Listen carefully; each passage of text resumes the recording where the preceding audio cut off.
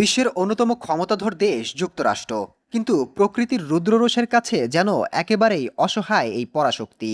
খোদ আমেরিকাতেই এখন স্মরণকালের ভয়াবহ প্রাকৃতিক দুর্যোগে বিপর্যস্ত জনজীবন, প্রাণ হারাচ্ছেন সাধারণ মানুষ। দেশটির ইন্ডিয়ানা অঙ্গরাজ্যে রেকর্ড ভাঙা জলোচ্ছ্বাস আর প্রবল ঝড়ে এরই মধ্যে অন্তত ৫ জনের মৃত্যু হয়েছে, যাদের মধ্যে রয়েছেন একজন নিষ্পাপ শিশুও। চোখের পলকেই পানির নিচে তলিয়ে গেছে বিস্তীর্ণ জনপদ। শত বছরের পুরনো রেকর্ড ভেঙে নদ নদীর পানি এখন বিপদসীমার অনেক উপরে বইছে। স্রোতের তোড়ে ভেসে যাচ্ছে গাড়ি, উপচে পড়ছে গাছপালা। জীবন বাঁচাতে নিরাপদ আশ্রয়ের খোঁজে হন্যে হয়ে ছুটছেন হাজারো মানুষ। চারদিকে পানিবন্দী মানুষের হাহাকার। পরিস্থিতি এতটাই ভয়াবহ রূপ নিয়েছে যে ১ ডজনেরও বেশি এলাকায় দুর্যোগ ঘোষণার পাশাপাশি খোদ মার্কিন প্রেসিডেন্টকে সেখানে জরুরি অবস্থা জারি করতে হয়েছে।